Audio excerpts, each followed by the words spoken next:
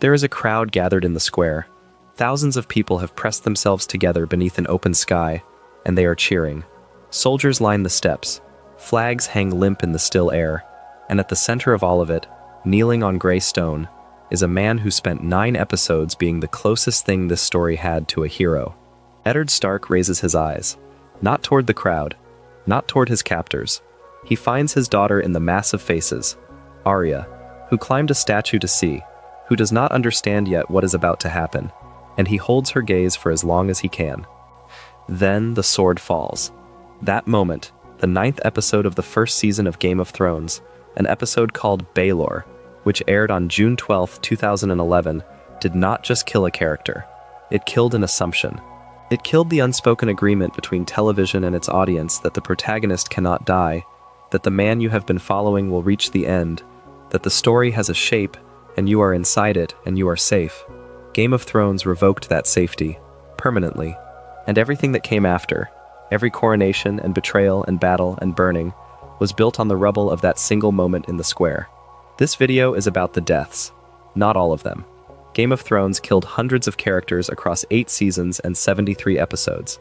This video is about the ones that mattered most, the ones that changed the show's direction, or broke its audience open, or revealed something essential about power and love and what it costs to survive in a world that does not care about your righteousness. Some of these deaths were earned. Some were devastating. Some were satisfying in a way that revealed uncomfortable things about what satisfaction means. And some were so cruel, so calculated in their timing and their detail, that they feel less like fiction and more like an argument about the nature of the world itself. Welcome to The Long Night. This one goes deep. Let us get into it. Eddard Stark is the wrong man for the world he lives in. This is not a criticism of the character. It is the entire point. Sean Bean plays him in Season 1 as a man who has been shaped by a code, honor above politics, truth above survival, family above ambition, and who has never truly been tested by a world that does not share that code. He has lived in the North, which is cold and harsh but comprehensible. The rules there are straightforward. You fight. You protect your people. You keep your word. Then he goes south, and the South is a different kind of place. Baelor is Season 1, Episode 9. The showrunners David Benioff and D.B. Weiss, adapting George R.R. Martin's novel, made the decision early on to structure the first season the way Martin structured the first book, as a story that appears to be about Ned Stark until the very end, when it reveals it was never only about him. The episode before it, The Pointy End, has already shown us that Ned has been arrested, charged with treason, and imprisoned in the black cells beneath the Red Keep. The political trap Cersei Lannister and Littlefinger engineered has closed around him completely, and there is still a way out. That is the thing about Baelor that makes it so devastating to watch. There is a deal on the table. Ned can confess to treason. He can admit, falsely, that he conspired against Joffrey. He can publicly bend the knee to the boy king who ordered his arrest and swear his loyalty. And if he does that, if he abandons the truth he has spent his entire life defending, he will be sent to the wall. He will live. He will be disgraced and exiled, but he will live. He does not want to take it. The scene where Varys visits him in the cell is almost unbearable to sit with now, knowing what comes after. Varys is not threatening him. He is genuinely trying to give him an exit. He asks Ned who he serves, and Ned says, the realm. And Varys says something that most people hear as a political speech, but is actually a warning. A man who fights for a good lord must sometimes do evil things. He is telling Ned that survival requires moral compromise, and that refusing to compromise is not virtue. It is vanity. Ned does not hear it that way. He takes the deal. He stands in the square. He kneels before the people and confesses to treason he did not commit. And it is written all over Sean Bean's face how much it costs him. The jaw is tight, the eyes are somewhere distant. He is doing this for his daughters. He is doing it because Sansa begged him, because there is a version of the future where he survives and she is protected, because his sense of duty has one exception, the people he loves. He says the words, he confesses, and then Joffrey, around 16 years old and absolute in his power, announces that the advice of the Queen and his council has been heard, and he has considered his mercy, and he has decided. I am a just and merciful king, Joffrey says, but I cannot let treason go unpunished. He orders the execution. There is a beat before the crowd registers what is happening, a silence that the show holds for exactly long enough, And in that silence, Ned looks at Arya. She is up on the statue of Baelor the Blessed, and she is small and she is confused. And Ned tells his daughter with his eyes everything he needs to tell her. He tells her to look away. She does not look away. She is Arya Stark. The scene is directed by Alan Taylor, with something close to restraint that makes it more horrible. There is no slow motion. There is no dramatic music swelling to tell you how to feel. The sword is raised. The sword falls. And the crowd roars. And some of them are cheering and some of them are not. And the show cuts away before you see the moment of death itself. That cut is a choice worth thinking about. Game of Thrones was never a show that looked away from violence.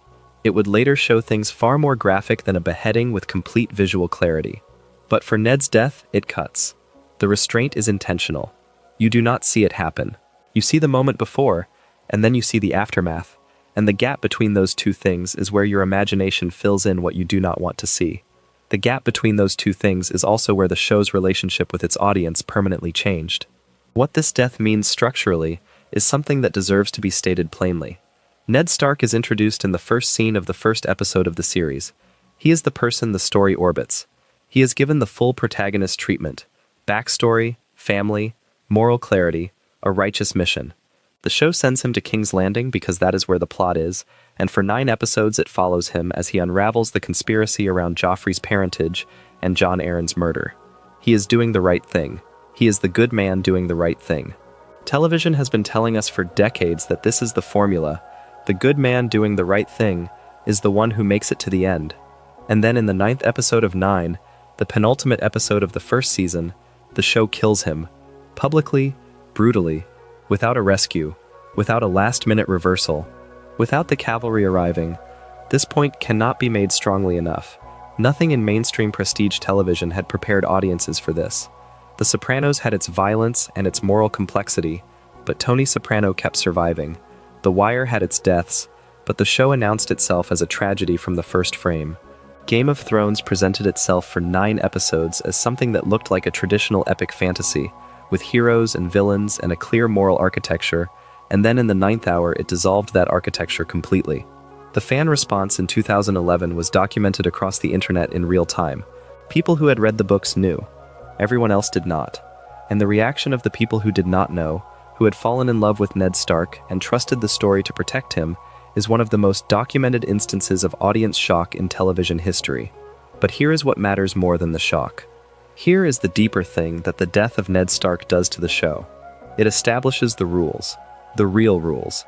Not the rules of traditional storytelling, where goodness is armor and righteousness is a guarantee. The real rules of the world Game of Thrones inhabits. Power is the only protection that matters, and idealism is not a shield, it is a vulnerability. Ned dies because he is honest, in a world that punishes honesty. He dies because he tells Cersei what he has discovered about Joffrey's parentage before acting on it, giving her the chance to flee, because that is what honor demands, and she uses that time to strengthen her position against him. He dies because he trusts Littlefinger, who has been telegraphing his untrustworthiness for episodes. He dies because he refuses to compromise with Renly, who offers him a chance at power if only Ned will move first and seize the king's person before Cersei can act. Every single decision that leads to Ned's execution is a decision he makes because of who he is. His death is not random. It is not the show being cruel for cruelty's sake. It is the show demonstrating, with terrible clarity, that Ned Stark's specific virtue, his absolute commitment to honor in a court that runs on lies, is exactly what destroys him. That is a different kind of story than television had been telling. That is not the story of a hero who succeeds because he is righteous. That is the story of a righteous man consumed by the very world his righteousness is not equipped to handle. And the audience felt it as a gut punch, because they had been set up to expect the traditional story, and what they got instead was something far more honest about how power actually works. There is a version of Game of Thrones where Ned survives. It is a worse version. In that version, the audience never learns to be afraid. They never stop trusting the show to protect the characters they love. Every subsequent death, every red wedding, every purple wedding, every knife in the back, loses its weight, because the audience still carries the unconscious assumption that the people who matter will survive. Ned's death removes that assumption permanently. After Baelor, you watch Game of Thrones differently. You watch it the way you watch a game where anyone can lose. You hold the characters you love a little more loosely. You understand, on some level you cannot fully articulate, that the story is not arranged around keeping people alive. This is the most important thing the death of Ned Stark does. It makes the entire rest of the series legible. It is the key that opens the show's logic. Everything else Game of Thrones ever does with death, every murder that defies expectation, every villain who outlasts their welcome, every hero who does not make it to the end, is only possible because Ned Stark knelt in the square and the sword fell and the show did not blink. Sean Bean, in his interview after the season aired, spoke about the experience of playing Ned as someone who genuinely does not see his death coming. He said he played the character as a man who believes in the system, even at the end, who trusts that confession will lead to mercy because that is how the system is supposed to work. That reading, that performance, is what makes the moment so unbearable. Ned is not a fool. He is a man who believes in something that the world of the show has already abandoned, and he dies believing in it. That is no small thing. That is the entire thesis of the series in a single image. A good man kneeling, a sword falling, a daughter watching. Ned Stark's death established that no one in this world is safe. But the show did not wait until episode 9 to give its first lesson in how brutally it would treat its characters. 4 episodes before Ned knelt in the square, the show delivered a different kind of death, smaller in scope, sharper in its cruelty, and in some ways more instructive about what Game of Thrones was actually going to be about. It was the death of a man who never stopped believing he deserved better. It was the death of Viserys Targaryen, and the moment it happened, the show's darkest sense of humor and its deepest moral logic both revealed themselves at once. Viserys Targaryen is introduced as the rightful heir to the Iron Throne. He is the last surviving son of the Mad King, Aerys II, who was overthrown by Robert Baratheon 17 years before the events of the show. He has been living in exile across the Narrow Sea, moving from city to city, depending on the charity of strangers, slowly selling off everything the Targaryens once owned, until there is almost nothing left. He has a plan. Marry his sister Daenerys to Khal Drogo, the most powerful Dothraki warlord alive, in exchange for Drogo's army. Win back the 7 kingdoms. Take the throne that is rightfully his. There is something almost pitiable about Viserys in the early episodes of Season 1, if you can hold it at a distance. He is vicious to Daenerys, controlling and contemptuous, and occasionally physically threatening, but there is a specific flavor of desperation in that viciousness. He is a man who has built his entire identity around a claim to power he has never actually exercised. He has nothing, no real wealth, no real influence, no army of his own, and the gap between what he believes he deserves and what he actually has is so large that it has curdled into something ugly. He keeps calling himself a dragon. He tells Daenerys, more than once, that a dragon does not burn. He insists on his own specialness with the specific fervor of someone who knows, on some level that he cannot consciously admit, that his specialness has never been tested. A Golden Crown is Season 1, Episode 6. It aired on May 22, 2011. By this point in the season, Daenerys has begun her transformation. She has been living among the Dothraki, learning their language and their customs, and something in her has changed. She carries herself differently. She does not flinch when Viserys grabs her anymore. She looks at him with something that is not quite pity and not quite contempt, but some combination of both. Viserys has been getting worse. He is drunk, increasingly, and increasingly reckless in the way he speaks about Drogo and the Dothraki. He does not understand, he refuses to understand, that he is a guest here, that his safety depends entirely on Drogo's goodwill, that the people around him are not his servants and never have been. He shows up at the celebration feast armed with a sword. This is the act of someone who does not understand where he is. No one carries a weapon in a Dothraki sacred city. It is not a custom, it is a law. Viserys does it anyway because he is drunk and humiliated, and he wants Daenerys back, wants his army, wants to be treated like the king he has spent his entire life insisting he is. Drogo gives him his crown. The scene is almost balletic in how it works. Drogo has his men hold Viserys. He unlaces his gold belt, slowly, deliberately, and he holds it over a pot of burning coals. The gold melts. Viserys begins to understand what is happening. He starts begging, then threatening. He calls on Daenerys to intercede. And Daenerys, who has been watching, who has made her choice, does not move. Drogo pours the molten gold over Viserys' head. There is a scream. There is a brief, terrible series of sounds, and then there is silence. Daenerys looks at what remains of her brother and she says, "He was no dragon." Fire cannot kill a dragon. Consider what that line does. It is not an expression of grief. It is a verdict. Viserys spent his entire life claiming to be a dragon, claiming that fire was his birthright, claiming that the blood of old Valyria ran through him and made him something extraordinary.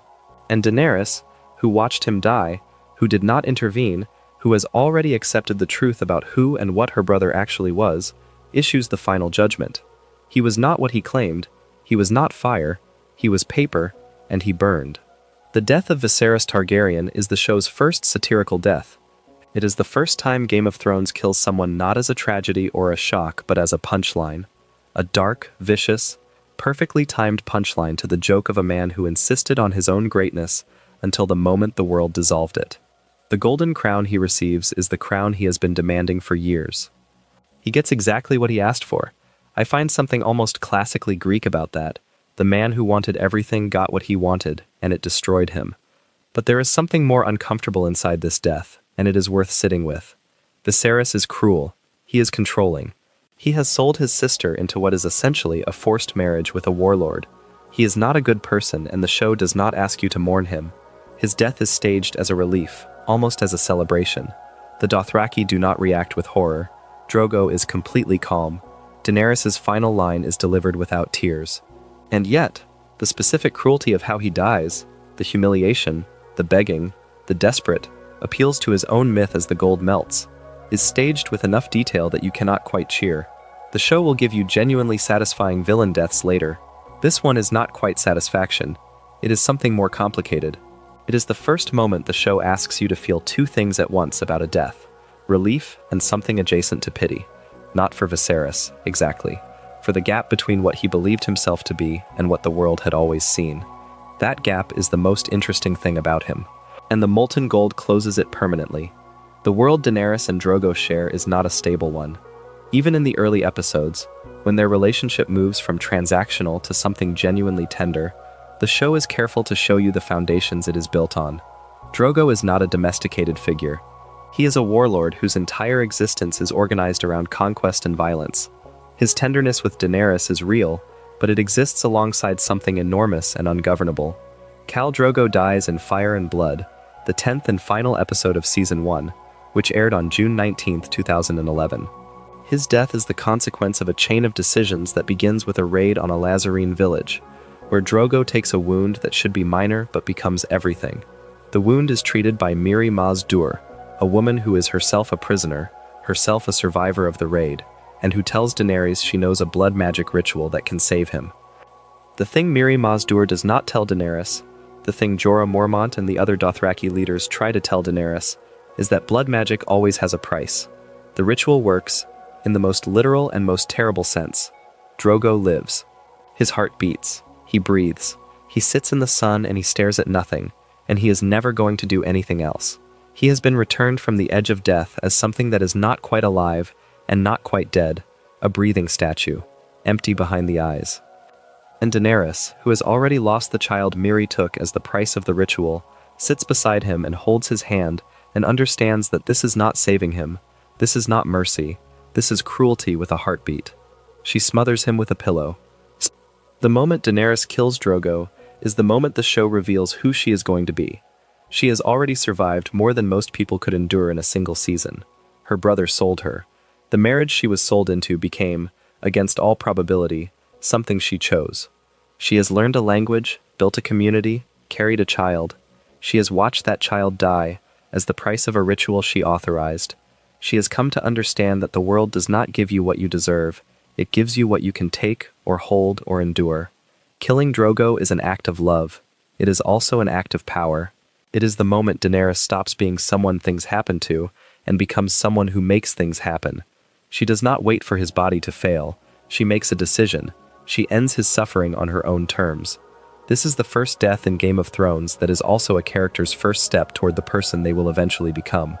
Everything Daenerys does in the subsequent seasons, every fire, every dragon, every burning city, has its seed in that moment in the Dothraki camp, when she pressed a pillow against the face of the man she loved and made a choice about the nature of mercy. Between the end of Season 1 and the catastrophe of Season 3, The show delivers a death that functions differently from anything else it had done. It is not a political execution. It is not a character's self-destruction. It is a demonstration, quiet and utterly cold, that some of the most important things that happen in the world of Game of Thrones happen in the dark, without witnesses, without explanation, without any mechanism the audience can appeal to. Renly Baratheon is the most likable of the 5 kings who claim the Iron Throne across seasons 1 and 2. He is played by Gethin Anthony with an ease and warmth that contrasts sharply with the characters around him: Stannis' rigid severity, Joffrey's cruelty, Robb's earnest solemnity. Renly has followers who love him, not just soldiers who obey him. He holds court with something resembling joy. He is, in the vocabulary of traditional fantasy, the good king, the one who would actually be worth following. He dies before the middle of Season 2. The Ghost of Harrenhal is Season 2, Episode 5. It aired on April 29, 2012. The scene is brief in a way that feels almost inappropriate for what it accomplishes. Catelyn Stark has arrived at Renly's camp to negotiate an alliance, Robb in the north, Renly in the south, the two of them coordinating against the Lannisters.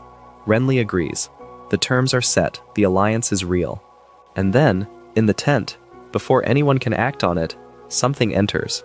It is a shadow, the specific shape of a man. Stannis Baratheon's shadow, fathered on Melisandre, sent across the boundaries of physics by a Red Priestess, who told Stannis that the Lord of Light gives power to those who take it. The shadow is impossible and inexplicable, and it does not explain itself. It simply kills Renly. A blade of darkness enters his throat, and he falls, and the candles go out. Brienne of Tarth is in that tent. She has served Renly since she earned a place in his Kingsguard, the first woman ever to hold that position, a warrior of extraordinary ability, who gave her loyalty completely and without reservation to the one lord who saw her without contempt. She watches him die and cannot stop it. There is nothing to fight. There is no one to challenge. The shadow is gone before she can reach him. She holds him as he dies. It is the most private moment of grief in a show that usually stages grief for an audience.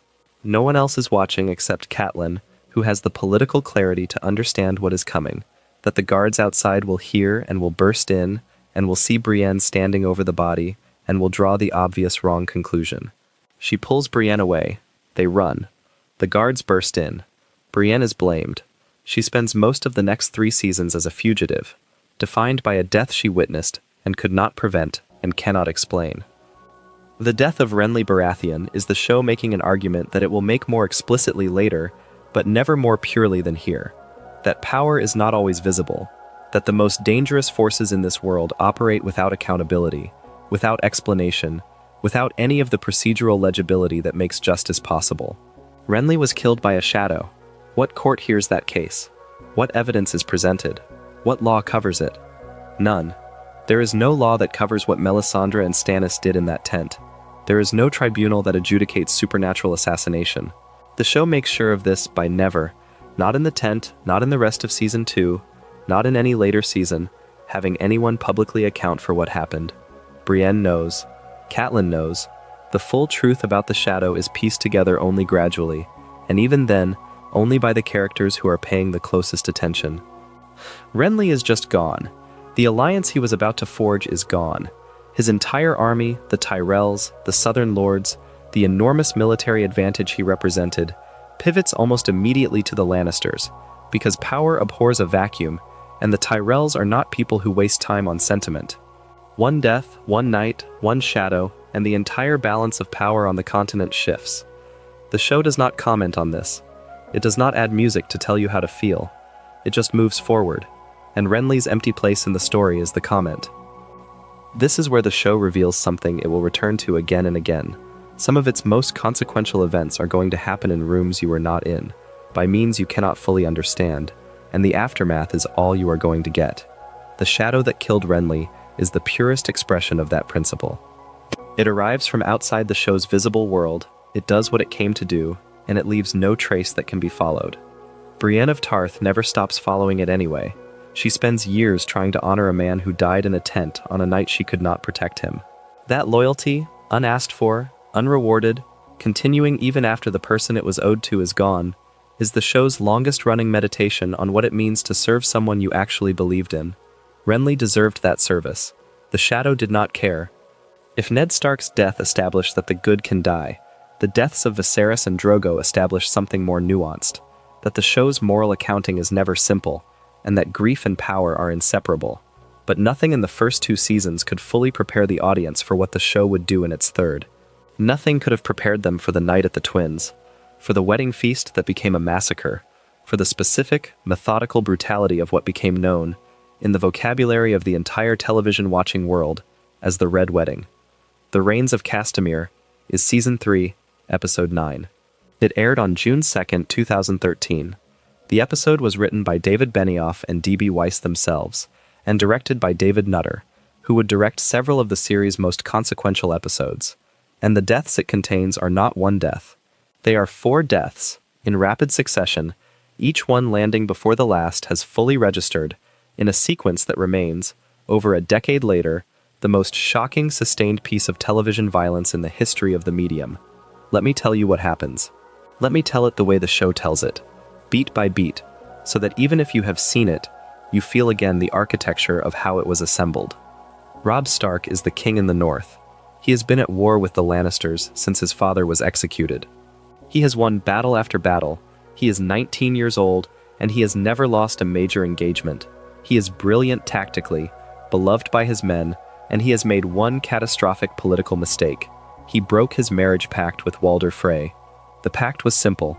Robb would marry one of Walder Frey's daughters in exchange for use of the Frey Crossing, the Twins, the only bridge over the Green Fork of the Trident in this part of the Riverlands.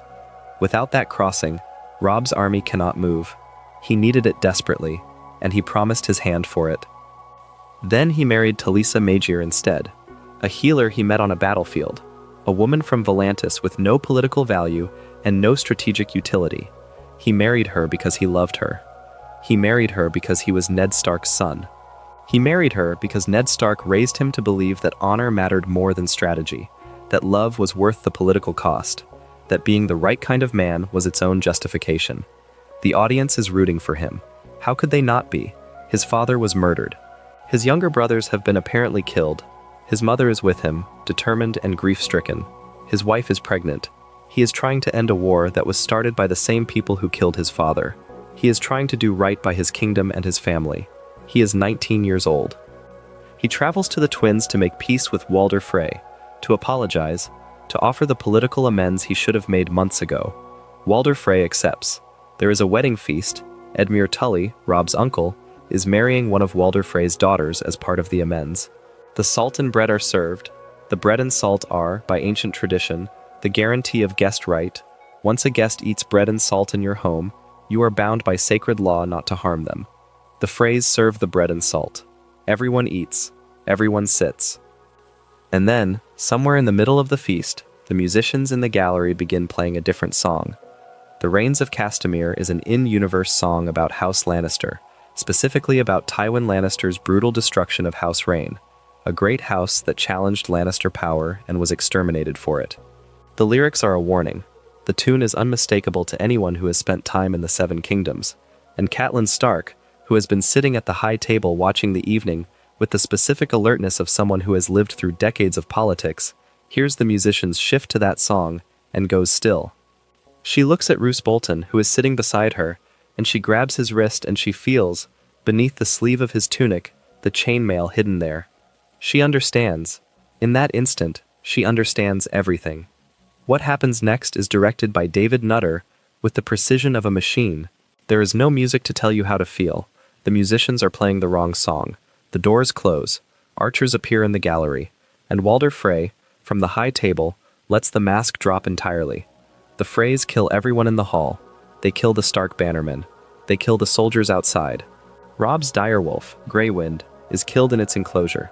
Talisa is stabbed, repeatedly, in the stomach. The show wants you to understand that she is pregnant, and the child she carries is also being murdered.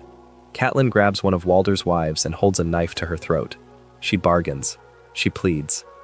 She offers everything she has left. She promises Walder Frey whatever he wants if he just lets Robb walk out of that hall. Robb has been shot with crossbow bolts. He is already dying. He staggers toward Talisa's body. He calls her name. He kneels beside her. Roose Bolton approaches him. He says, quietly, "The Lannisters send their regards," and he drives a knife into Robb Stark's heart. Robb falls. And then, and this is the detail that makes the Red Wedding uniquely unbearable, the detail that elevates it from massacre to something else entirely, Catelyn Stark screams. She had the knife at the wife's throat. She was still bargaining. She was still fighting. But now her son is dead, and her grandchild is dead, and there is nothing left. And Michelle Fairley, who plays Catelyn, delivers one of the most desolate sounds ever recorded for a piece of fiction. It is a scream that has already given up. It is a sound made by someone who has decided that there is nothing more to lose. She kills the wife anyway. There is no victory in it. There is no escape. She does it because she is still, in some mechanical sense, fighting, even as everything she was fighting for is gone.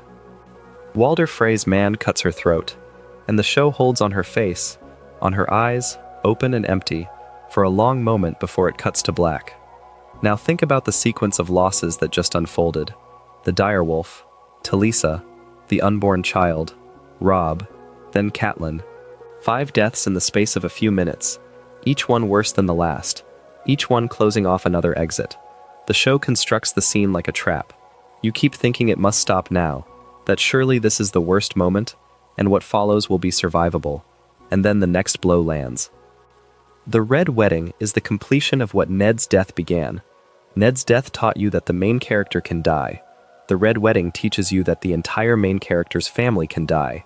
It teaches you that the show has no protective impulse toward the people you love most. It teaches you that victory is not guaranteed, that the good army does not always win, that a father's murder is not something the son gets to avenge. Robb Stark spends 3 seasons being set up as the military genius who will restore Northern independence and make the Lannisters pay for what they did to his father. He wins every battle. His arc is structured like a revenge story, and then the show ends his arc at a wedding feast, not on a battlefield, with a whispered line about Lannister regards and a knife between the ribs. This needs to be stated plainly. Robb Stark does not die in battle. He does not die as a martyr or a hero.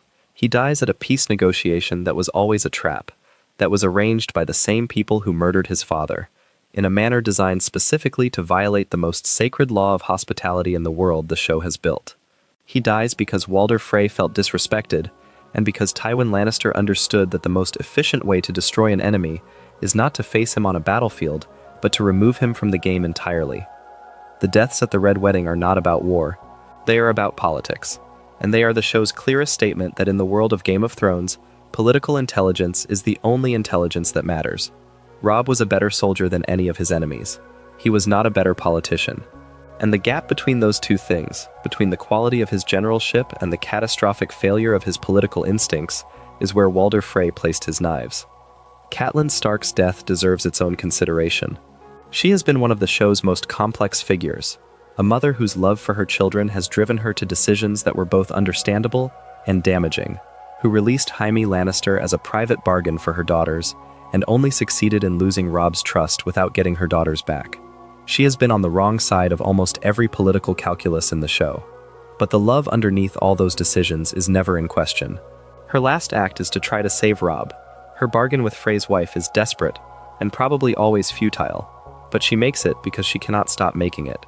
She is a Stark mother at the end, with her son's blood already on the stone floor, still bargaining, still fighting, still refusing to accept what the show is making her accept. Michelle Fairley was not even told to scream the way she screamed. She has said in interviews that the sound came out of her in the moment, that she could not plan it, that it was what happened when she fully inhabited the character's experience of what was happening. That spontaneity is part of what makes the scream so raw. It does not sound performed. It sounds like grief that has no more use for performance.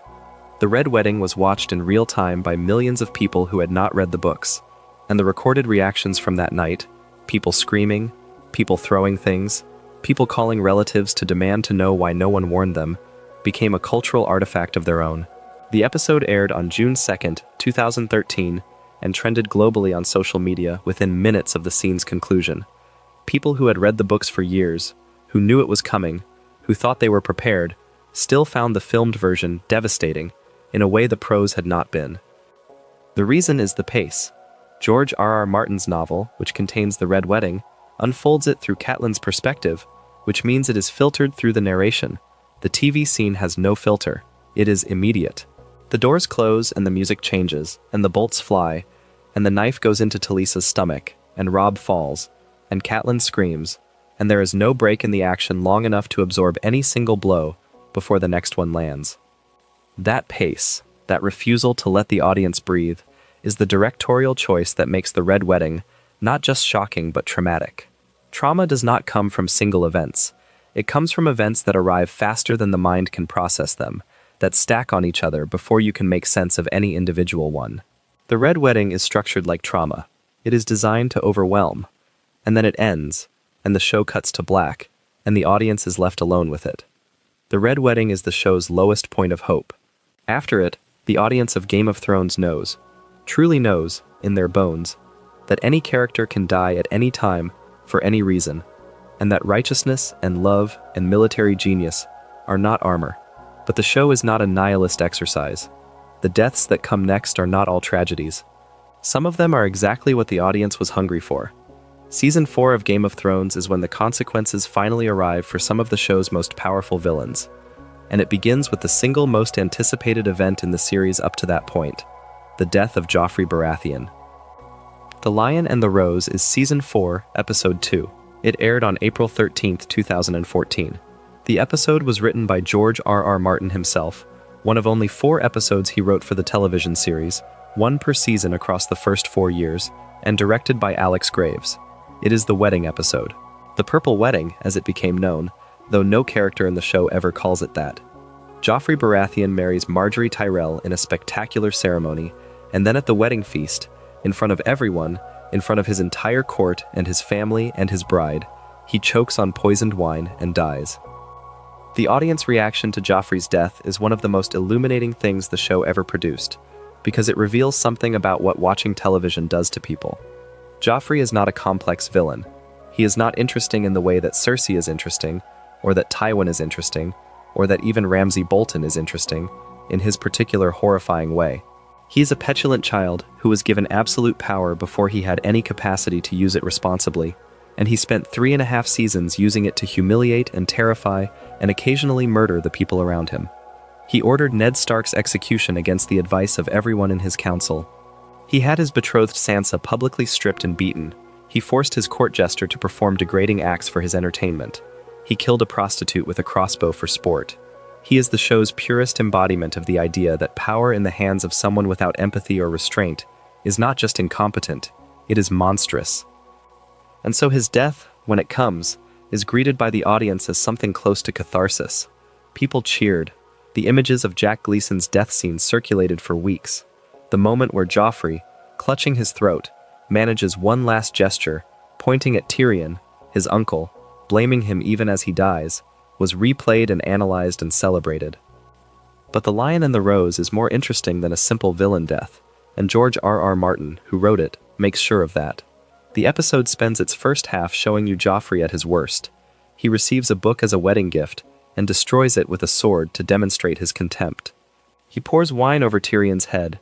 He makes Tyrion his personal cupbearer, a calculated humiliation designed to force the dwarf, who has committed no crime, but who Joffrey has hated since birth, to kneel and serve in front of the assembled court. Tyrion is played by Peter Dinklage, with the specific precision of a man who has learned to survive by controlling his face.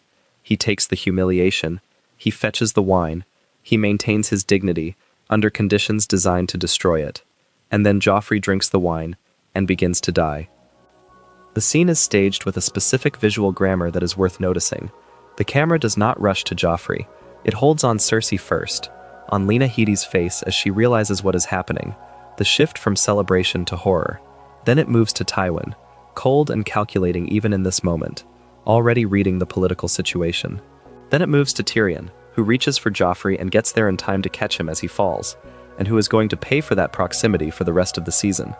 The poisoning was arranged by Olenna Tyrell, which the audience does not learn definitively until Season 4's final episode.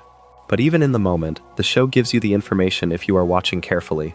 Olenna approaches Sansa at the wedding reception and adjusts her necklace, and later the same necklace is shown with one ornament missing. The poison came from Sansa's necklace, via Olenna, via a plan that Petyr Baelish helped engineer. Sansa did not know. She was also a victim of Joffrey's reign. She is saved from being present at his death, whisked away by Baelish, before she can be accused. The show's architecture around Joffrey's death is careful. Everyone who had reason to want him dead is implicated by proximity, which is exactly why framing Tyrion is both convenient and almost plausible. Here is what I find genuinely remarkable about The Lion and the Rose. The episode earns the audience's satisfaction at Joffrey's death completely, and then, in the final moments, quietly undercuts it. Because Joffrey, as he dies, purple-faced, terrified, drowning on air, is still a child. Jack Gleeson was 20 years old when this episode filmed, and the character he is playing, however monstrous, is a young man dying in front of his mother at his own wedding. In the show's timeline, he was somewhere around 19 years old. The monstrousness does not disappear, but the youth does not either. Cersei holds him as he dies. She is screaming at Tyrion. She is certain it was Tyrion. And everything about Lena Headey's performance in that moment, the way she collapses into her son's body, the way she keeps her hand on his face even after he is gone, tells you that this is not just a villain dying. This is a mother losing a child she made monstrous by her love, and her choices, and her inability to stop protecting him from consequences. A child she has always, without reservation, loved completely. The gap between the audience's relief and Cersei's grief is the most honest thing The Lion and the Rose does. The show allows you to be glad Joffrey is dead. It also refuses to let you be entirely comfortable about it. That is Joffrey's most important function in the show. Not as villain, but as mirror, a reflection of what unchecked power and unconditional love and total immunity from consequence produce when they are combined in a child. His death is catharsis, but the way it happens, in public, at a feast, in front of everyone, leaves Cersei without a son and with absolute certainty that her brother killed him. That certainty is going to drive everything Cersei does for the next several seasons. Joffrey's death does not resolve the show's central conflict. It sharpens it. It gives Cersei a grief that cannot be argued with or reasoned out of. It makes the war personal in a way that the previous political maneuvering never quite managed. Joffrey dies at the feast. The feast at the Twins is already behind us, and the show moves forward with the particular cruelty of a story that never lets its audience stay comfortable for long. Season 4 is the most densely populated with significant deaths of any season in the run of the show. 3 episodes after Joffrey's death, in an episode called The Mountain and the Viper, arrives the death that most precisely exemplifies what Game of Thrones does at its most brutal, with the bodies and hopes of characters the audience has come to love. Oberyn Martell. The Red Viper of Dorne, Prince of Dorne. One of the most immediately compelling characters the show ever introduced, and the one whose death produced the most visceral, physically distressing reaction in any episode of the series. Oberyn arrives in Season 4, Episode 1. He is played by Pedro Pascal, with an energy so specific and so immediately alive that within a single scene, the audience has fallen for him completely. He is funny and dangerous, and unabashedly sexual, and absolutely clear about what he wants. Justice for his sister, Elia Martell, who was raped and murdered during the sack of King's Landing, 17 years before the events of the show. Her children were murdered alongside her. The man responsible is Gregor Clegane, known as the Mountain, the most physically imposing human being alive, a creature of almost mechanical violence who serves Tywin Lannister. Oberyn has been waiting 17 years to make Gregor Clegane answer for what he did to Elia. He has arrived in King's Landing for Joffrey's wedding, but justice for his sister is the real reason he has come. When Tyrion is accused of Joffrey's murder and faces trial, he invokes his right to trial by combat, a legal mechanism allowing the accused to fight a champion, with the outcome determining guilt or innocence. Tywin chooses the Mountain as the crown's champion, a choice so disproportionate it is essentially a death sentence. No one can fight the Mountain and live. Oberyn volunteers to be Tyrion's champion. This is the moment where the show makes you fall completely in love with Oberyn Martell. His reason is pure. He does not volunteer out of compassion for Tyrion, exactly, or because he believes in justice as an abstract principle. He volunteers because Gregor Clegane was appointed as the crown's champion, which means Oberyn will get to face the Mountain in single combat, which means he will finally get the confession he has been waiting for since he was 8 years old. He can win Tyrion's freedom and avenge his sister in a single fight. The Mountain and the Viper is Season 4, Episode 8. It aired on June 1st, 2014. The fight is brilliant. It is the most technically accomplished action sequence the show had produced to that point, and Pedro Pascal is extraordinary in it. Oberyn fights the way the Red Viper fights in the books, fast and precise and unpredictable, using a long spear to stay outside the mountain's reach, wearing the enormous man down, striking and retreating, striking and retreating. The Mountain, played by Hafthor Julius Björnsson in this episode, who at that time was among the strongest human beings alive, having competed in World's Strongest Man competitions, moves with the specific, grinding momentum of something that is not quite human. Oberyn stabs him. Oberyn stabs him again. The mountain goes down. And Oberyn has won. He has unambiguously won. And then he makes a choice that costs him everything. He will not end the fight. He wants the confession. He circles the mountain and demands that he say the name, Tywin Lannister, who ordered Elya's death, demands that he admit what he did to Elya, demand that he say her name. He wants the truth on record, in front of witnesses, in front of the crowd. He is so close to justice, finally, after 17 years, that he cannot stop pursuing it long enough to finish the fight. The Mountain, dying, manages to trip him, pulls him down, gets his hands around Oberyn's head. And then, with his thumbs, the Mountain gouges Oberyn's eyes from their sockets and crushes his skull with his bare hands. It happens in slow enough motion that the audience registers it. The sound design makes sure of that. The crowd in the arena goes silent. Tyrion watches from his cage, and the show holds on what remains of Oberyn Martell for just long enough to be absolutely certain you understand what has happened. The death of Oberyn Martell produced some of the most extreme documented audience reactions of any scene in the show's run. Not because it is the most significant death, it is not. Not because Oberyn was the most important character, he was not. But because of the specific hope that the fight had generated.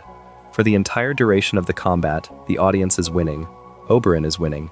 The music, the choreography, the performance, everything is designed to make you believe, for about 10 minutes, that justice is going to happen, that the person who murdered Elya Martell and her children is going to be exposed and defeated, that the show, which has not given you many reasons for hope, is going to give you this one.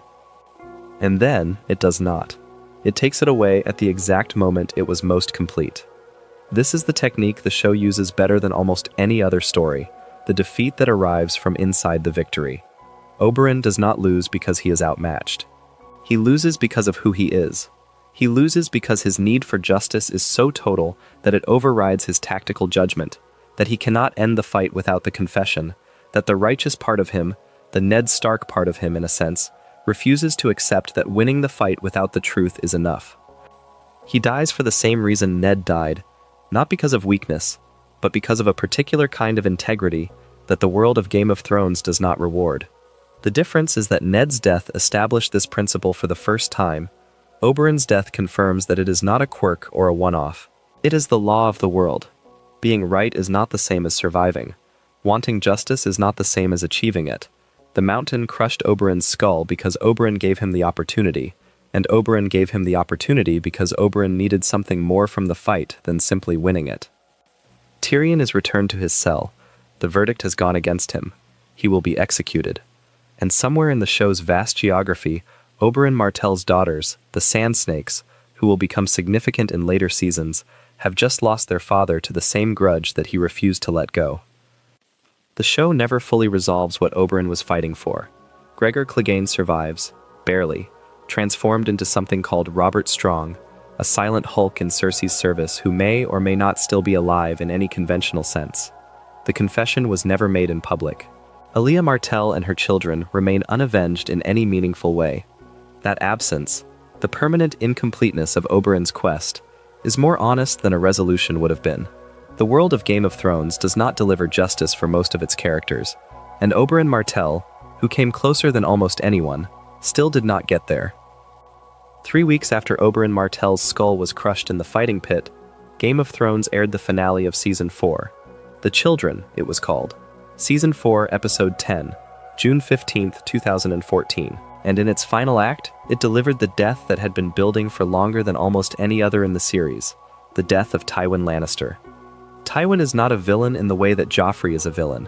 Joffrey is a monster with no guiding principle except his own cruelty.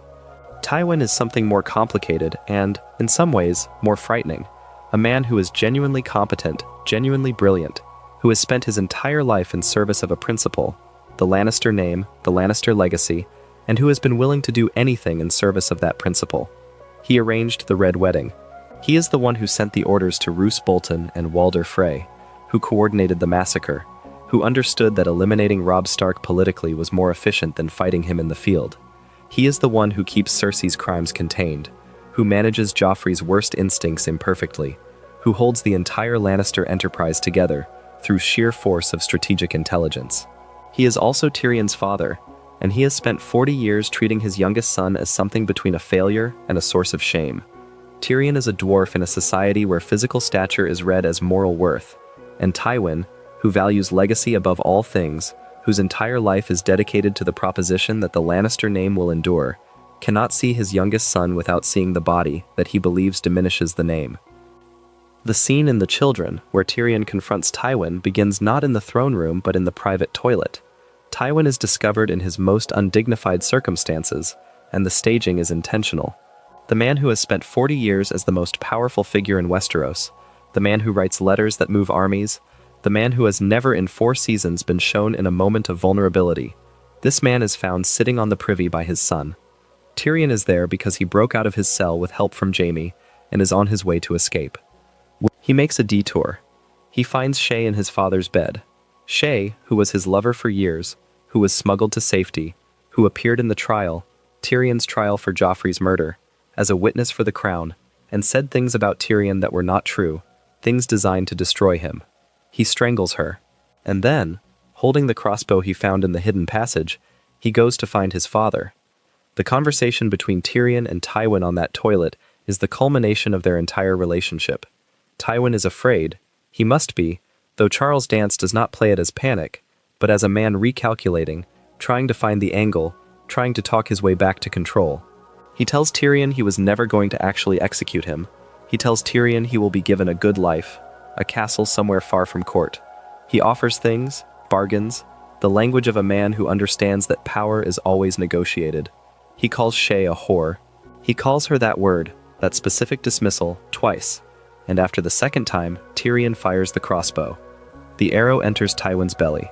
Tywin says, "You shot me with something that sounds less like anger than like incredulity, as if the fundamental order of the universe has been violated." He says it again. And Tyrion, reloading, says that his father is going to die, and Tywin says, "I am your father," not as love, but as argument, as the final card to play, the one thing that should by rights make Tyrion lower the crossbow. Tyrion fires again.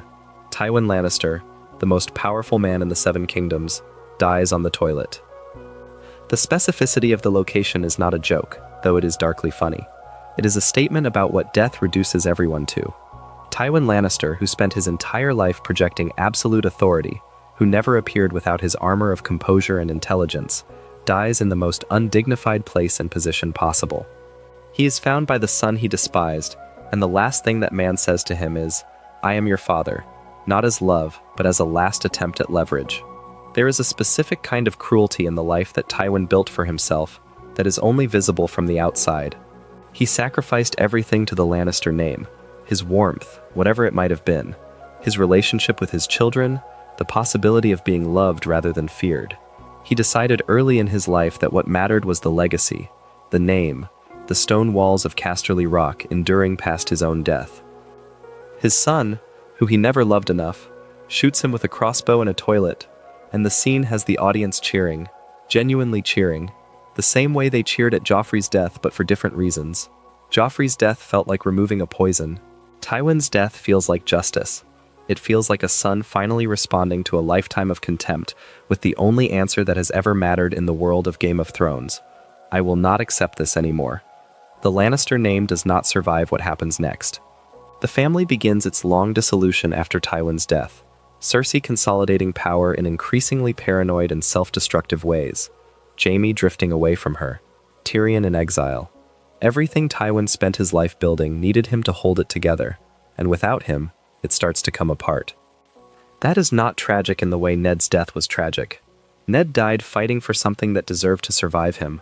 Tywin dies on the toilet, shot by the son he could never bring himself to love, and the empire he built dies with him, slowly, over the course of 4 more seasons. Season 4 is not only the season of political death. Running through it, parallel to the courtroom intrigue and the executions and the trial by combat, is a much simpler and in some ways much older story. A love story between two people who found each other across a line that should have kept them apart, and who could never quite resolve what to do about the world that line divided.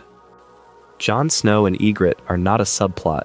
They are the show's reminder that everything happening in King's Landing, all the scheming and poisoning and power games, is happening at the expense of the actual people living in the actual world. Jon is a brother of the Night's Watch who crossed north of the Wall and became something he was not entirely supposed to become. Ygritte is a wildling woman, a free folk warrior, who shot him 3 times with arrows when he tried to leave her, and then kept finding him anyway. Rose Leslie plays Ygritte with a physical specificity that makes the character feel like she exists fully outside the camera's frame. The way she moves, the way she laughs, the specific quality of contempt and delight in "You Know Nothing, Jon Snow," which starts as a taunt and becomes, by the end, the most tender line in the show's entire run. The Watchers on the Wall is Season 4, Episode 9. It aired on June 8, 2014. The episode is unusual in that it is the only battle episode of Game of Thrones that takes place entirely in a single location, Castle Black and the Wall itself, over the course of a single night. The wildling army attacks the Wall from both sides. It is spectacular and relentless, and directed by Neil Marshall with the same eye for controlled chaos that made his Season 2 battle episode extraordinary. In the middle of that chaos, Ygritte is killing people. She is an archer of genuine skill, and she is in the yard at Castle Black, doing what she came there to do. And her expression is the expression of someone who has decided that this is the only story left. She did not fire those arrows into Jon Snow, and then follow him south of the Wall, and then keep his secret, and then find herself on the wrong side of a battle for no reason. She is there because the situation left no other place to be. And then she sees Jon. She has an arrow knocked. She is pointing it at him. Jon sees her. He smiles, the specific smile of a man who knows he is probably going to die and has decided that the last thing he sees being her is sufficient. He is not afraid. He is looking at her the way people look at the thing they love most when the world has run out of time. She hesitates. A boy named Ollie, whose family was killed by wildlings, whose hatred for everything the free folk represent is specific and personal and bottomless, puts an arrow through Ygritte's back. She falls. Jon catches her. She dies in his arms in the yard of Castle Black, and the last thing she says is what she always said to him, and this time it is not a taunt. This time it is a description of the fundamental truth between them, that he never understood the world she came from, that she never fully fit in his, and that neither of them ever found the version of the world where those two things could be reconciled. You know nothing, Jon Snow. What it means that those are the last words deserves a moment. Not "I love you," not a goodbye. The line that was the barrier between them, the summary of everything he could not understand about her world, is also the line that closes the distance completely. She says it the way you say something that is also a term of endearment. The way a person says the thing that was always between them when the thing between them is no longer a problem because there is no longer time for problems. The show does not dwell on this. It does not stop the battle. The yard is still full of fighting and dying, and Jon Snow sits there with Ygritte in his arms, and it is beautiful and terrible in exactly the proportion the show intends, and then it is over, and the battle continues. Ygritte's death does something specific to Jon Snow's arc that almost nothing else in the show manages. It gives him a loss that is not about honor or duty or politics. It is purely personal.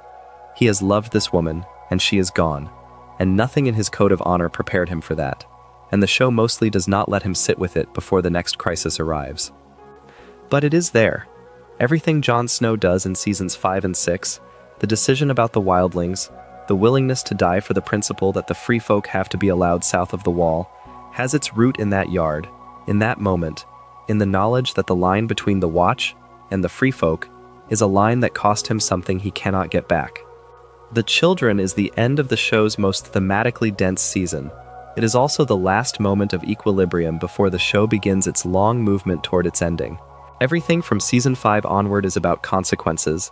The consequences of the Red Wedding, of the Lannister dynasty, of choices made in the first 4 seasons, and the first of those consequences arrives in the 10th episode of season 5, in a sequence that was watched in collective disbelief by an audience that had already been through the Red Wedding and still was not prepared. Jon Snow leads the Night's Watch at Castle Black. He has been elected Lord Commander after years of service, years of ranging beyond the wall, years of watching the threat of the White Walkers build to something that the politics of the Seven Kingdoms have no capacity to address. He is the show's most central figure after Ned's death, Ned's bastard son, raised in the North, with Ned's honor and Ned's commitment to doing what is right regardless of the cost. He makes a decision in Season 5 that his brothers cannot accept. He allows the wildlings through the wall. The Free Folk, who the Night's Watch has spent centuries fighting, who are the hereditary enemies of everything Castle Black stands for, Jon decides that they need to come south, because what is coming from the north is worse than anything the wildlings represent. The White Walkers will raise the wildling dead.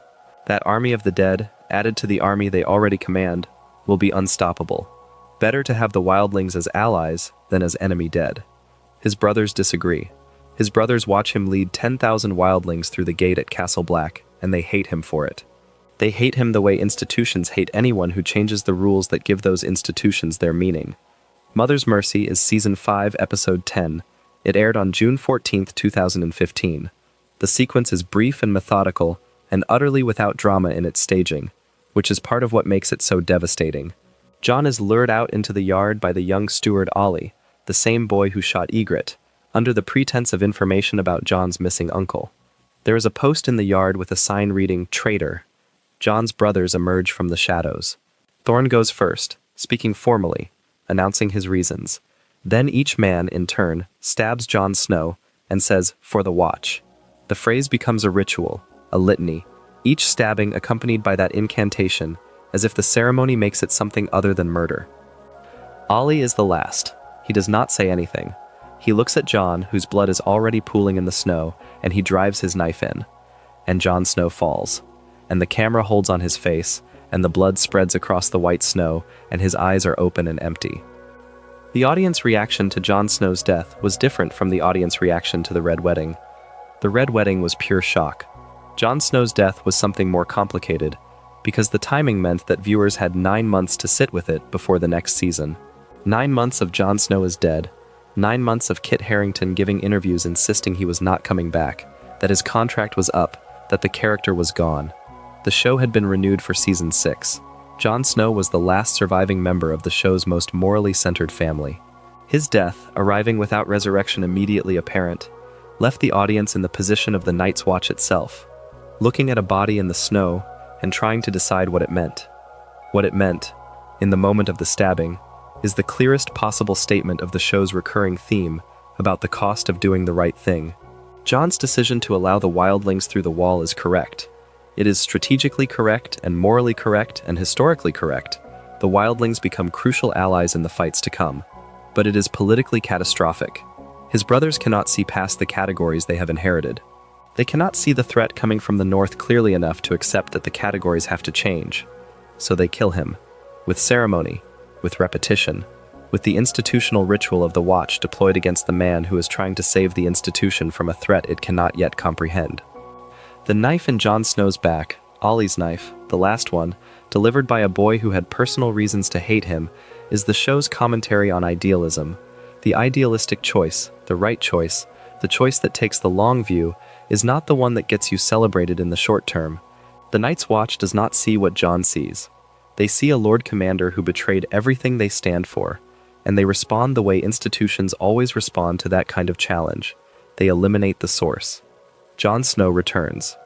He is resurrected in Season 6, Episode 2, Home, which aired on May 1, 2016, by Melisandre in a ceremony that is deliberately anticlimactic. He simply breathes, gasps, opens his eyes. The resurrection does not feel triumphant. It feels like waking up in a room that is already full of problems. But the return is not the interesting part. The interesting part is the death. The interesting part is the 9 months the show made its audience sit with the consequence of doing what is right in a world that cannot see far enough ahead to appreciate it. Season 6 gives the audience the reunion they needed and the victories they wanted. Jon and Sansa taking back Winterfell, the Battle of the Bastards, Ramsay Bolton fed to his own dogs.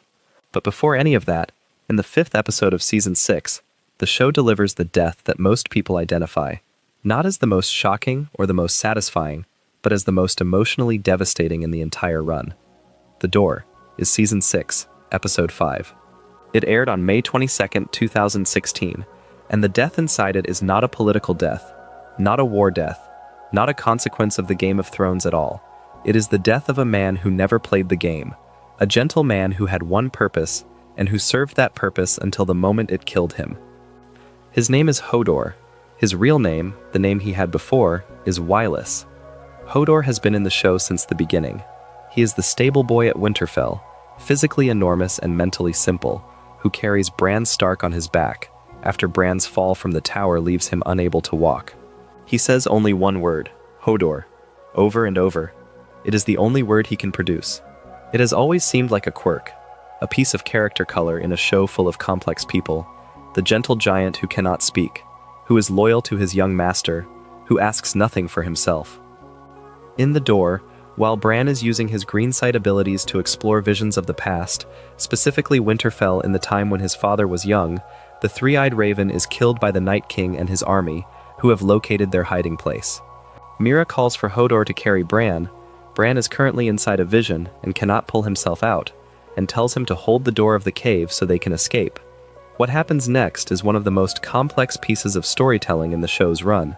Bran, inside the vision, accidentally wargs into the young Weiss, the version of Hodor that existed before whatever happened to him, reduced him to that single word, and through Bran's connection, young Weiss, who has no reason to know what is happening in the future, experiences a vision of his own death. He sees, from the inside, adult Hodor dying at the cave door. He hears Meera's voice across time, "Hold the door, hold the door." He begins to convulse. He falls to the ground, seizing, shouting the phrase he just heard repeated from Meera, hold the door, slurring it, compressing it. Hodor. In the present, Hodor holds the door. The whites are tearing him apart, and he holds the door. Bran and Meera escape. Hodor dies. And the word that has defined him his entire life is revealed to not be a name at all, but a last command, seared into his mind across time by a traumatic vision of his own death, which reduced him from Weiss, a full person with full language and full life ahead of him, to Hodor, who could only say that one word because it was the one that mattered, the one that had been burning in him since the moment Bran's powers reached back and destroyed his mind in order to save his own life. Sit with what this means for how you understood Hodor for the previous 5.5 seasons. Every Hodor was the word he was going to die saying. Every appearance of this gentle, limited man carrying Bran on his back was a man whose whole future had already been collapsed into a single moment of sacrifice by the act of a greenseer who had not yet been born when the collapse happened. The tragedy of Hodor is not that he dies. The tragedy is that he never had a life that was not oriented toward his death. He was always going to die at that door. The door was always going to need to be held. The word he spent his life saying was always the command that would kill him, and none of this was chosen. None of it was asked for. Bran did not deliberately reach back through time and ruin Weiss's mind. He did it accidentally, in a moment of crisis, and the consequence was that a good and gentle man spent his whole life as an echo of his own death. The Door is the show at its most formally ambitious. The time loop mechanics, the revelation that Hodor's condition was caused by the very event it enabled, that the cause came after the effect, that Bran was responsible for something he had not yet done, require the audience to hold the entire arc of the character in their mind at once, and understand all of it in a completely new light. The showrunners, David Benioff and D.B. Weiss, have confirmed that George R.R. Martin told them the origin of Hodor and the nature of the Hold the Door revelation. It is one of the few cases where what Martin shared with the showrunners appears to have been translated to screen with complete fidelity to its emotional weight. The scene is as good as anything Martin wrote in the books, and the books had not yet published the equivalent. Christian Nairn, the actor who played Hodor, spent 6 seasons saying one word. He said in interviews after the episode aired that he cried when he read the script. He had been attached to the character long enough that the revelation of what Hodor's simplicity had always meant, not a condition but a prophecy, not a limitation but a sacrifice burned into him across time, hit him with its full force. The audience felt the same. I do not think any death in this show is quite as constructed as this one. It is the only one where the show reaches into its own past and retroactively makes every earlier appearance heavier. There is a specific category of death in Game of Thrones that is the hardest to sit with. Not the shocking deaths that arrive without warning, not the satisfying deaths of long-standing villains, not the devastating losses of beloved characters. There is a third category, the deaths that reveal what a character has been all along. The deaths that take someone the audience was still uncertain about and collapse that uncertainty into a single, irreversible act. Stannis Baratheon burns his daughter alive, and in doing so, he becomes something that cannot be argued back to ambiguity. Shireen Baratheon is around 9 or 10 years old when the show begins. She is Stannis' only child, scarred by grayscale, a condition that left half her face looking like stone, and beloved by Davos Seaworth, who taught her to read, and apparently not beloved enough by her father, who barely seems to see her. Shireen is smart and curious, and brave, and absolutely undeserving of what happens to her. The Dance of Dragons is Season 5, Episode 9. It aired on June 7th, 2015. Stannis is in the middle of a disastrous military campaign. His army is trapped in the snow south of Winterfell, his supplies are burning, his horses are dying, and Melisandre, the Red Priestess who has believed in him for years, is telling him that there is a way. The Lord of Light demands royal blood. Shireen is a princess of House Baratheon. A sacrifice. Stannis resists. That is the important thing. He resists. He does not leap to this decision. He has conversations with Shireen that the show includes specifically to complicate what comes next. A scene where Shireen asks him if he is ashamed of her, and Stannis tells her she is his daughter and he is proud of her, and he would let the whole world burn before he would see her harmed. He burns her. The scene is not shown with any editing mercy. The camera does not cut away. Shireen screams for her father, and then she screams for her mother, and she continues screaming as the fire rises, and Stannis stands there, and Selyse, the wife who has always been cold toward the daughter she could not love, is the one who runs toward the pyre and has to be restrained. Selyse, who seemed to hate her daughter, is the one who breaks. Stannis stands there. The choice to include this scene in full, to refuse the cut, to stay on Shireen's screams, was a controversial one. George R.R. Martin had told Benioff and Weiss that this event, in some form, would happen in the books, though the books have not yet reached this point in the story. The showrunners made the decision that the full reality of it needed to be seen, because the alternative, cutting away, softening it, would allow the audience to intellectualize what Stannis was doing without being made to feel it. The feeling is the point. Shireen's screams are the point. The show does not let you experience Stannis' decision as a political calculation, which is how Stannis is experiencing it. It makes you experience it as what it is, a father burning his child alive for the prospect of military success. Stannis' army wins nothing. The sacrifice changes nothing. Within the episode, his wife hangs herself. His remaining forces desert him in the night. He marches to Winterfell with what he has left and is defeated in the field, and in the next episode he is executed by Brienne of Tarth, who has been looking for him since Renly Baratheon, a king she swore to serve, was murdered by one of Melisandre's shadow assassins. The killing of Shireen is the act that destroys any remaining claim the audience might have wanted to make for Stannis as a tragically misguided figure doing terrible things in service of a genuine conviction. That argument, that Stannis was wrong but principled, cannot survive what he does to Shireen. There is no principle that requires burning your daughter. There is no conviction that justifies that scream. What is remarkable and genuinely disturbing about the Shireen scene is what it reveals about the nature of belief. Stannis believes in Melisandre's god. He has seen things, the shadow that killed Renly, the leeches burning in the fire, the strange accuracy of some of her prophecies, that have given him reason to think there is something real behind her faith. And that belief, accumulated over years, is what makes it possible for him to do what he does. He is not a monster without any moral framework. He is a man whose moral framework has been restructured around a god, and the god demands royal blood, and his priest tells him that Shireen is the blood that will turn the tide. The gap between what Stannis believes and what the audience sees is the most terrible gap in the show's entire run. He believes he is making a sacrifice. The audience watches a child burn. Season 5 ends in devastation. Jon Snow dead in the snow at Castle Black. Stannis dead in the forest south of Winterfell. Cersei walking naked through King's Landing in her Walk of Atonement. Daenerys stranded without her dragon in the Dothraki Sea. The show that had been building toward something is not building toward anything that looks like hope. But the darkness of Season 5 has a purpose. It is the nadir. And what follows, starting in Season 6, is the show's long turn toward the consequences of all that darkness. the survivors gathering themselves, the players who have been scattered beginning to move back toward each other, the threads of the story beginning to pull toward the final convergence. But before the convergence arrives in Season 8, two events in Seasons 6 and 7 complete the story of the Lannister dynasty and the Game of Thrones in ways that the final season would simply execute on. One of them is a detonation. The other is an unmasking. Together, they close out the middle period of the show and make the ending, contested as it is, feel inevitable rather than arbitrary.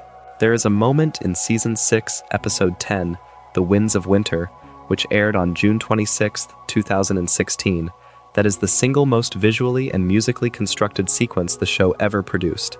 It runs for about 16 minutes at the start of the episode.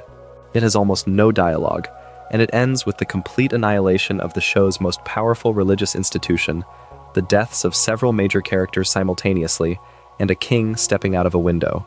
Cersei Lannister has been stripped of everything.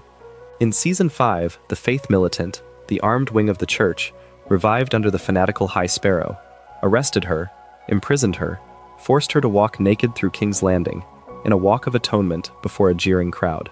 She has returned to the Red Keep, but her trial before the Faith is still pending.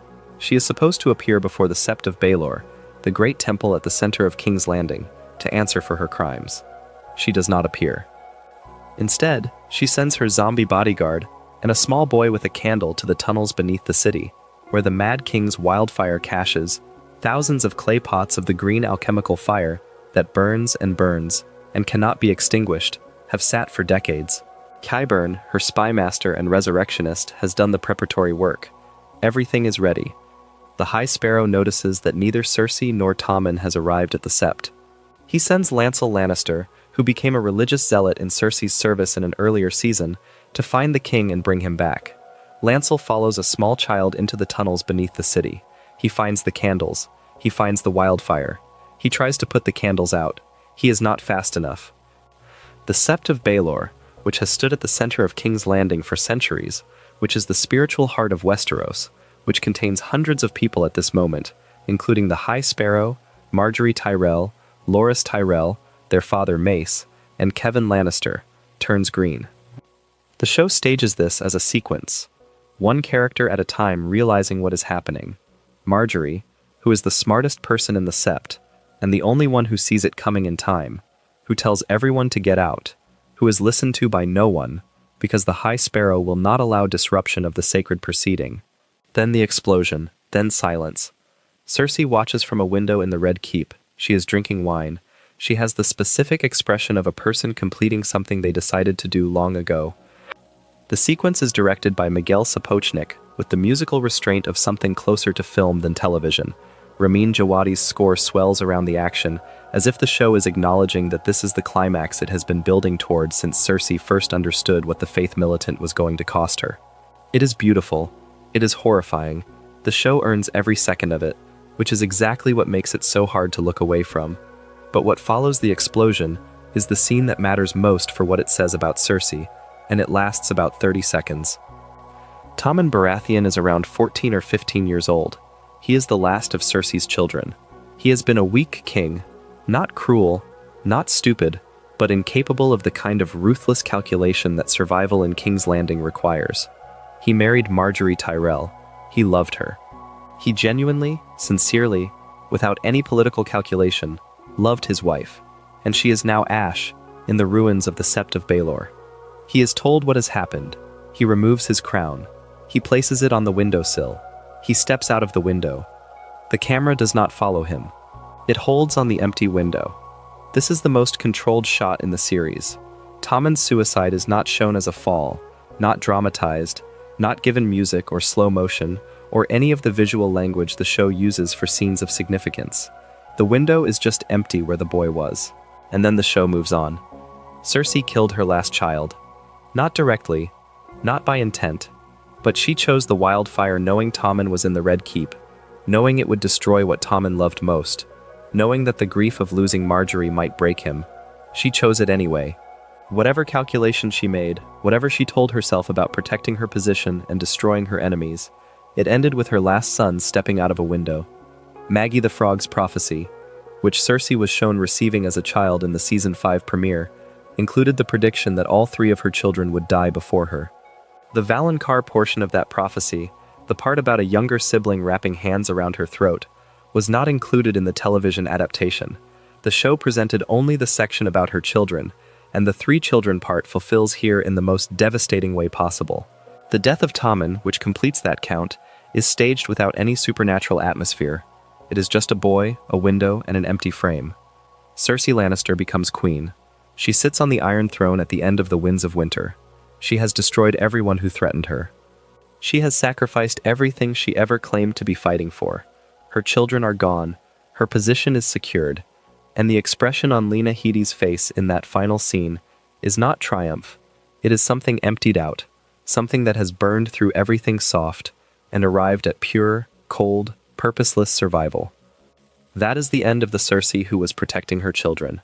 What replaces her, the queen who sits on the throne in Season 7, is something harder and less legible, and the show never quite figures out what to do with her in that form.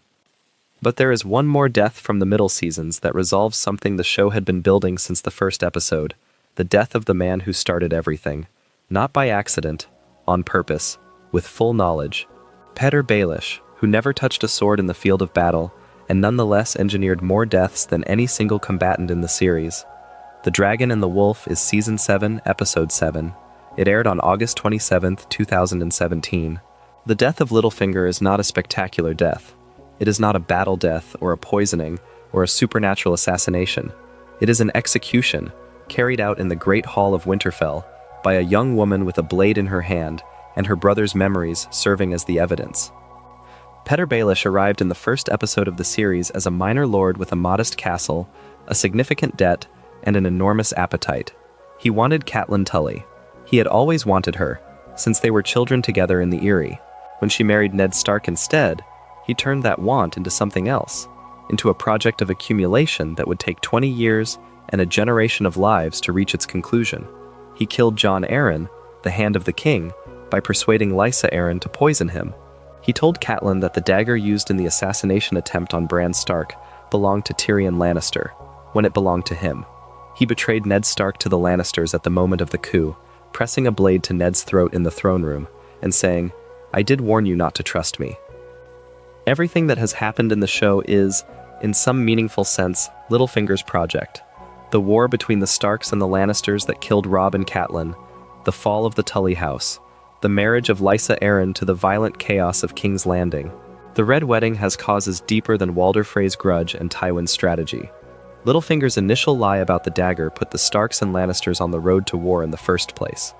He believes, by Season 7, that his information advantage is still complete. He has been working Sansa and Arya against each other all season, feeding Sansa false information about Arya's intentions, feeding Arya evidence of Sansa's apparent disloyalty, using the Stark sisters' estrangement as cover for his own position. He wants Sansa to distrust everyone except him. He wants her dependent. He does not understand that Bran Stark came back from beyond the wall with the ability to see everything. Everything. Every conversation. Every lie. Sansa calls him to the Great Hall of Winterfell for what he believes is Arya's trial. He walks in composedly, arranges his face in the expression of a sympathetic counselor. Then Sansa says the charges, and they are his charges, the lies, the murders, the betrayals, the manipulation that started 2 decades ago with a dead Hand of the King and a poisoned cup. He turns to the lords arrayed in the hall and finds no allies. He turns to Sansa and finds no sympathy. He turns to Arya, who is holding the cat's paw dagger, his dagger, and the calculation behind his eyes finally breaks down completely. He goes to his knees. He begs. He offers things. He does what he always did. He tries to bargain. There is nothing left to bargain with. Arya cuts his throat.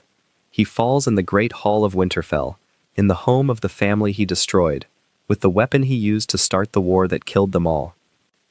The death of Littlefinger is the show resolving something the audience had wanted resolved since the end of Season 1. It is cathartic in the way that very few deaths in Game of Thrones are allowed to be cathartic.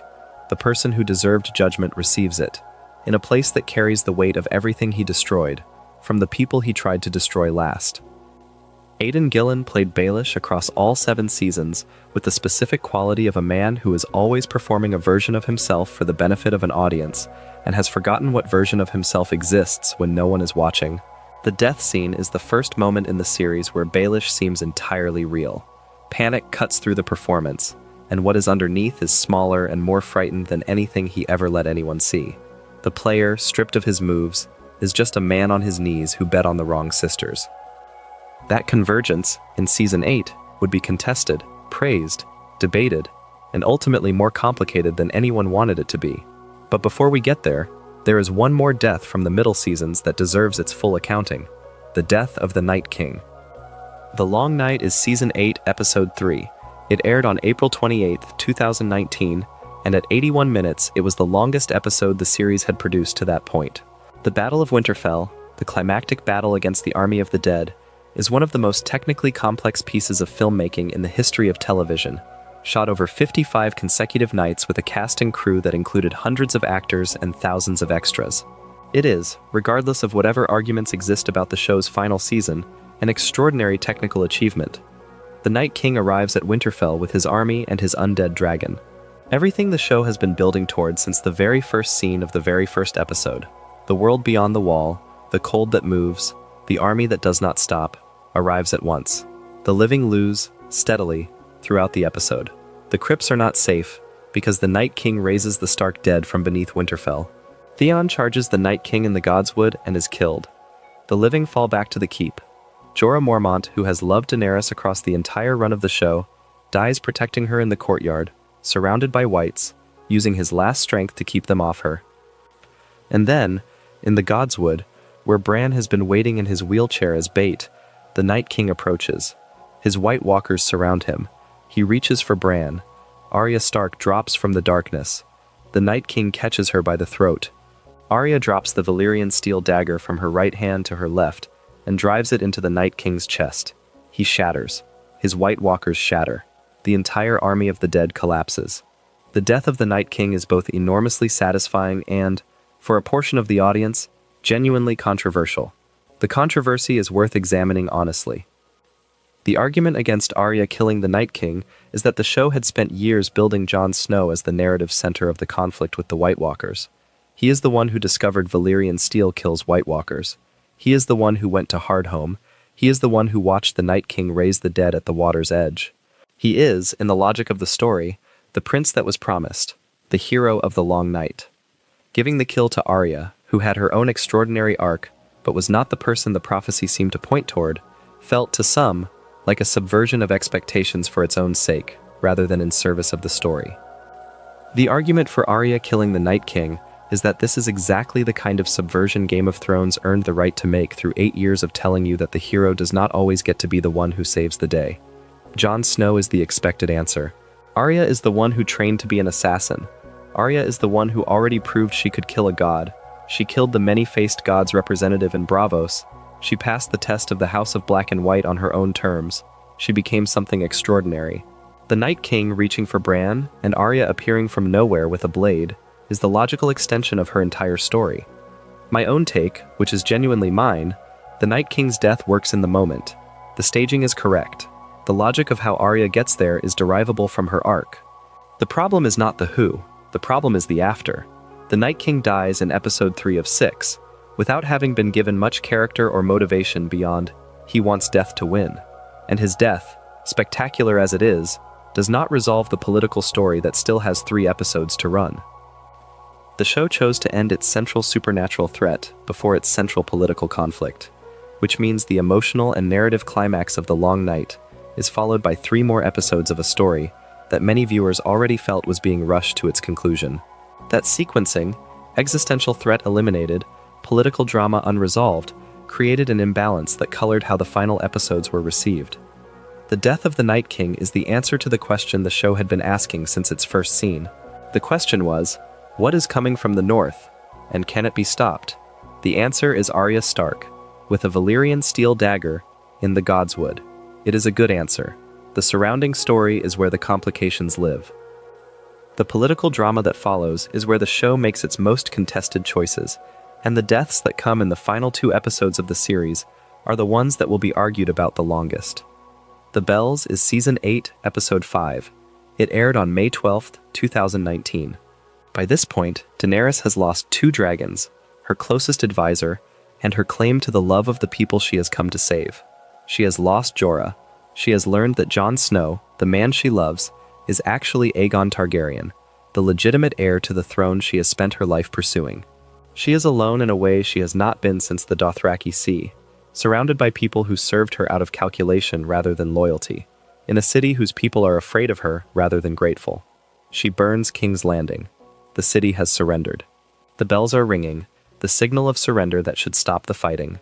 Daenerys, on Dragonback, hears the bells and hesitates, and then she does not stop. She burns the Red Keep, and she burns the streets around it, and she burns the people fleeing into those streets, and she burns the city that was the seat of everything she came to reclaim. The deaths that this creates are not individual deaths. They are thousands. They are uncountable. The show follows Arya on the ground through the burning streets of King's Landing, and Arya is our lens through which we see what this is. Not a battle, not a war, but a massacre. A city being erased by someone who told herself she was liberating it. And somewhere in the collapsing Red Keep, 2 people who are not burning with the city find each other in the tunnels.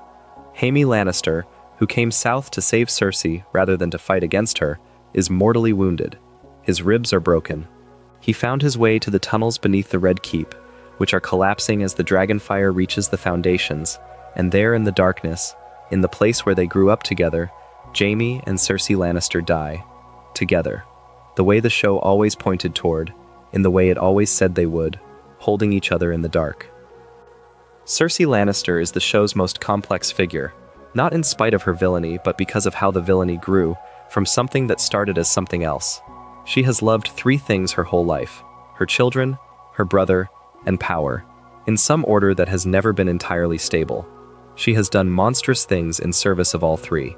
She destroyed the Sept of Baelor with wildfire, killing thousands of people including her daughter-in-law, because she could not face the political consequences of a trial.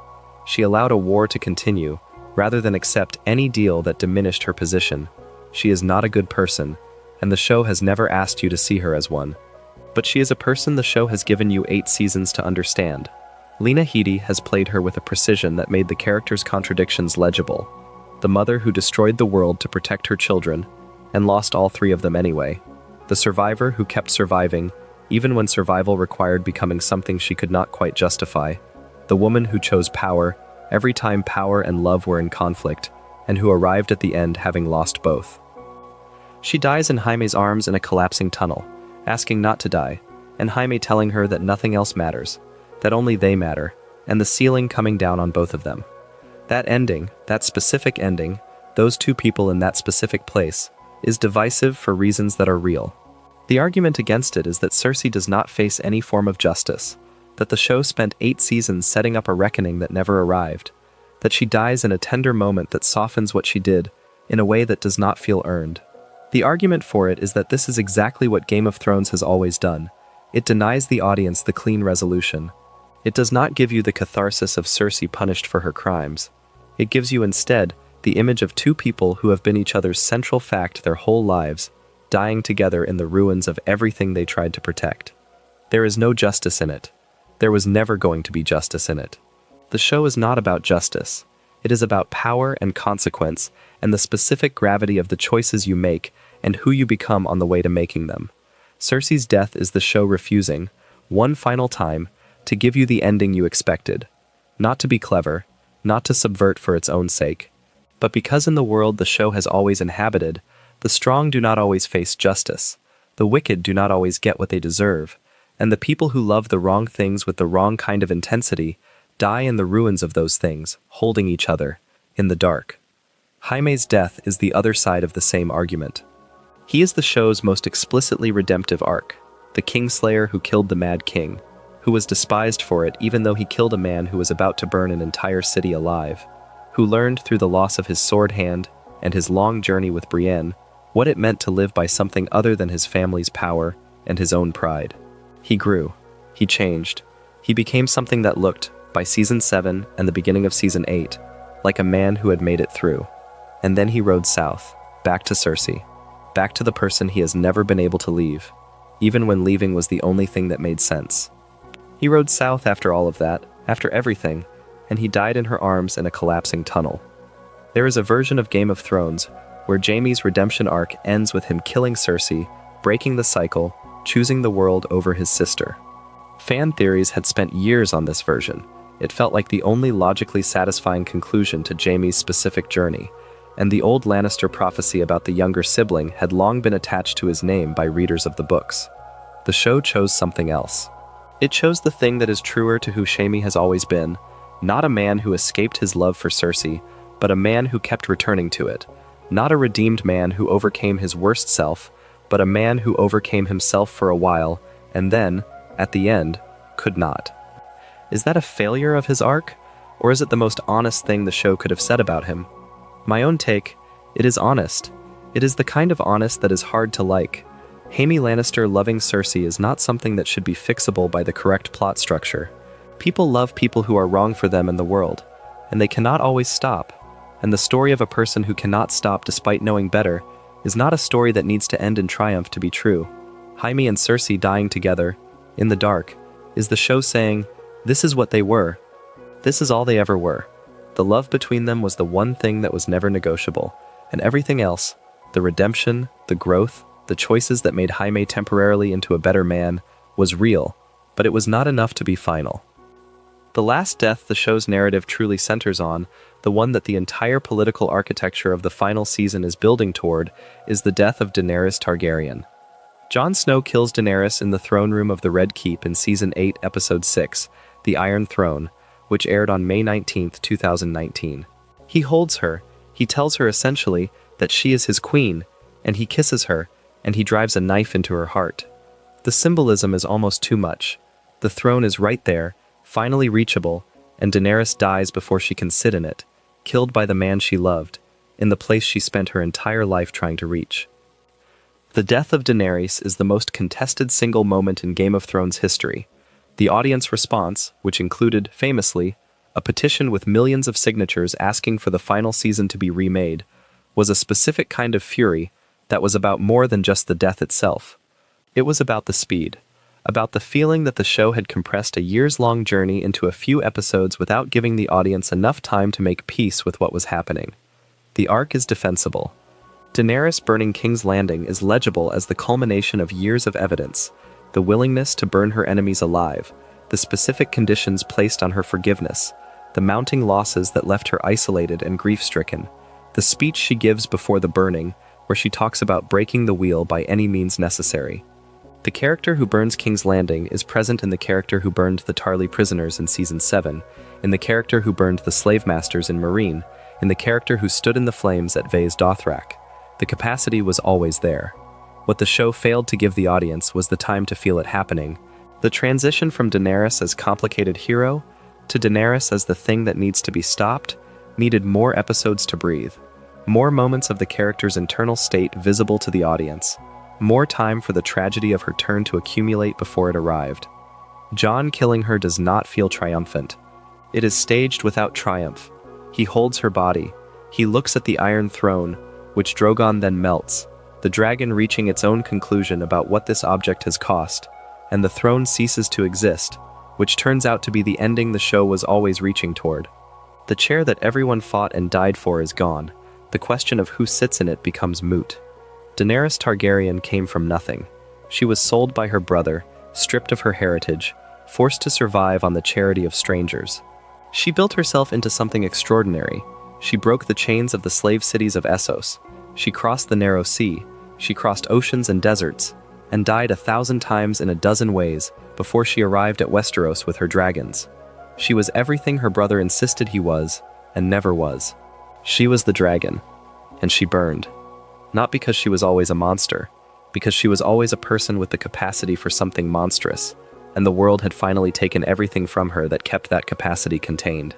Jon's knife is not justice. It is the same impossible equation the show has been running since the first episode. The right thing and the human thing are not always the same thing, and the person who does the right thing pays for it with everything. Jon is sent back to Castle Black after the killing. He eventually rides north of the Wall with the Free Folk, into the snow and the silence. and the show's final image of him suggests he is more at home there than he ever was in the world of court and politics and the Game of Thrones. The death of Daenerys is the end of the story the show has been telling. Not a triumphant end, not a satisfying end, in the traditional sense, but an honest one, about the cost of power, about what the pursuit of the throne does to the people who pursue it, about the specific tragedy of someone who could have been extraordinary in a world that gave her something other than what she was given. What Game of Thrones did to television, what its deaths did to television, is something that the medium has not recovered from and likely never will. Before 2011, the prestige drama operated on certain assumptions: that protagonists survive, that goodness is armor, that the narrative will protect what the audience loves. After Ned Stark's execution in Baelor, those assumptions became impossible to maintain. The Red Wedding destroyed the last of them. The deaths in this show are not decorative. They are not shock tactics employed for their own sake, though some are more earned than others. They are arguments about power, about what idealism costs in a world that does not share its values, about the specific cruelty that accrues around the people who most believe in the rules. Ned died believing in truth. Robb died believing in love. Oberyn died believing in justice. Hodor died because someone else's need reached back through time and changed his entire life. Shireen died because her father believed in a god who demanded too much. And the people who survived longest, Cersei, Littlefinger, Varys, the players who understood that the game had no rules except the ones you could enforce, did not survive because they were more virtuous. They survived because they understood the game more clearly and played it more honestly than their opponents. That is the thesis of Game of Thrones. Not that virtue is impossible, but that virtue without power is insufficient, and that the world will not arrange itself around your goodness just because your goodness is real. The show is not nihilistic. It is realistic in the specific sense of taking power seriously, taking seriously what power requires, what it costs, what it produces in the people who chase it, and what it destroys in the people who stand in its way. Ned Stark's death was a key that opened an 8-season argument about these questions. Every death that followed was another chapter in that argument, and the argument does not end neatly, because arguments about power never do. The Iron Throne is gone. The players have scattered, and somewhere beyond the wall, in the snow and the cold and the honest silence of the North, Jon Snow is riding into the kind of life that the Game of Thrones never had room for. If you enjoyed the video, make sure to subscribe, and I'll see you in the next one.